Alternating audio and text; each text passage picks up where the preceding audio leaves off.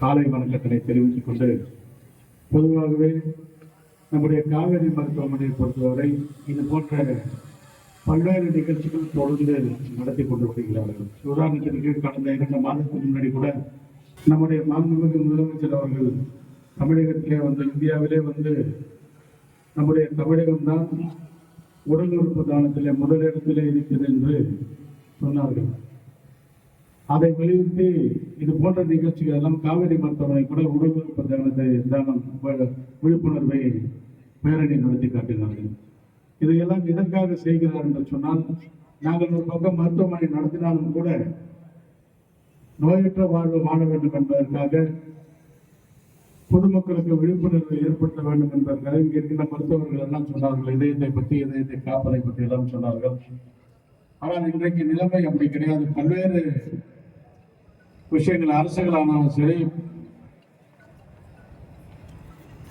மருத்துவர்களானாலும் சரி, இன்னைக்கு மருத்துவம் என்பது ரொம்ப எளிதாயிடுச்சு. நீ ஒசூர்ல மருத்துவமனை இல்லாத இடமே கிடையாது. அரசு மருத்துவமனைகளானாலும் சரி, மாநகராட்சியில ஏற்படுத்தி இருக்கின்ற மருத்துவமனைகளானாலும் சரி, ஹெல்த் சென்டர், இப்படி எங்க பார்த்தாலும் கிராமமா மருத்துவமனைகள் தான் இருக்கின்றது. ஆனாலும் கூட இன்றைக்கு நோய்கள் அதிகம் இருக்கின்ற காரணத்தினால் இன்றைக்கு இதெல்லாம் தேவை என்கின்ற ஒரு சூழ்நிலை உருவாகிறது. நோய்கள் எப்படி அதிகம் ஆச்சு என்று பார்த்தீங்கன்னா, நோய்கள் அதிகமாகுவதற்கு முழு காரணம் என்பது நம்முடைய உணவு பழக்க வழக்கங்கள், நம்முடைய அன்றாட வாழ்க்கை முறை, இதெல்லாம் மாறுகின்ற காரணத்தினால் இது போன்ற சூழ்நிலைகள் ஏற்படுகின்றது.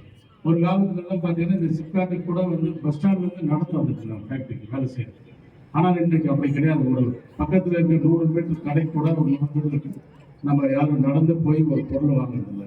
நம்ம ஒரு 2 வீலரோ 4 வீலரோ தான் யூஸ் பண்ணுறோம். ஒரு தெருவுக்கு ஒரு 2 பைக்கு தான் இருந்தாங்க. ஏதோ ஒரு தெருவில் ஒருத்தர் யாரும் ஒரு வீட்டில் தான் ஒரு பைக் வச்சிருந்தாங்க, இல்லை ஒரு கார் வச்சிருந்தாங்க. ஆனால் இன்னைக்கு அப்படி கிடையாது. இன்னைக்கு ஒரு வீட்டில் பார்த்தீங்கன்னா ஒரே வீட்டில் 2 கார், 2-3 காரு, 2-3 பைக்கு இப்படியெல்லாம் வச்சிருக்காங்க. இது ஒரு காரணம். நம்முடைய நடைமுறைகள், நம்முடைய வாழ்க்கை முறைகள், நம்முடைய அன்றாட நடைமுறைகள், உணவு பழக்கங்கள் எல்லாம் மாறிய காரணத்தினால் பல்வேறு நோய்களை நாம் இன்னைக்கு சந்திக்க வேண்டிய ஒரு சூழ்நிலை ஏற்பட்டிருக்கிறது. அதையெல்லாம் தவிர்க்க வேண்டும். குறைஞ்சபட்சம் அடுத்த தலைமுறைக்காவது நாம மீண்டும் பழைய மாதிரி நம்ம இந்த உலகத்தை கொண்டு செல்ல வேண்டும் என்று சொன்னால், நம்ம பழைய உணவு பழக்க வழக்கங்கள், பழைய நடைமுறைகள் எல்லாம் நம்ம ஏற்படுத்திட வேண்டும். குறைஞ்சபட்சம் நம்ம வாரத்துக்கு ஒரு 5 நாளாவது கண்டிப்பா உடற்பயிற்சி செய்ய வேண்டும். நடைப்பயிற்சியாளரும் சரி, இல்லை உடற்பயிற்சிகளானாலும் சரி, ஏதாவது ஒரு வகையில் சைக்கிள் பயிற்சிகளானாலும் சரி. இந்த சைக்கிள் எல்லாம் இன்னைக்கு காவேரி மருத்துவமனை நிறைய கஷ்டப்பட்டு இதெல்லாம் எங்களுக்காக இங்கே அரேஞ்ச் பண்ணியிருக்காங்க. இது எதற்காக உங்களுக்கு நீங்க செய்கின்ற இந்த பயிற்சினால மற்றவங்க பார்த்து அதை அவங்க பயன்பெறணும், அவங்களுக்கு புரிந்து கொள்ள வேண்டும் என்பதற்காக. நான் வந்தவுடனே நானும் எம்எல்ஏ வந்தோம்னா பார்த்தோம், கேரளாவில் தான் நிற்குதுன்னு பார்த்தோம். பார்த்தீங்கன்னா காவேரி மருத்துவமனையுடைய ஒரு மினி கிளினிக்கே இருக்கு. அதுக்குள்ள பார்த்தீங்கன்னா அதுல எக்ஸ்ரே, இசிஜி எல்லாமே எடுக்கலாம். அந்த அளவிற்கு இன்றைக்கு மருத்துவர் மக்களை தேடி வந்து கொண்டிருக்கின்றது. ஆக இதையெல்லாம் நாம் நல்லதாக பயன்படுத்திக் கொள்ள வேண்டும். நல்ல விஷயங்களை நாம் மற்றவர்களுக்கு சொல்லித்தர வேண்டும். நம்முடைய உடம்பு சோறு இருந்துதான் சத்திரம் வரைய முடியும் என்பதை போல நாம் ஆரோக்கியமாக இருந்து எதை வேணாலும் செய்யலாம். அந்த ஆரோக்கியத்தை கண்டிப்பாக நாம் கடைபிடிக்க வேண்டும், நலமாக வாழ வேண்டும் என்று சொல்லி இந்த நல்ல வாய்ப்பிற்கு நன்றி கூறி விடைபெறுகிறேன். நன்றி வணக்கம்.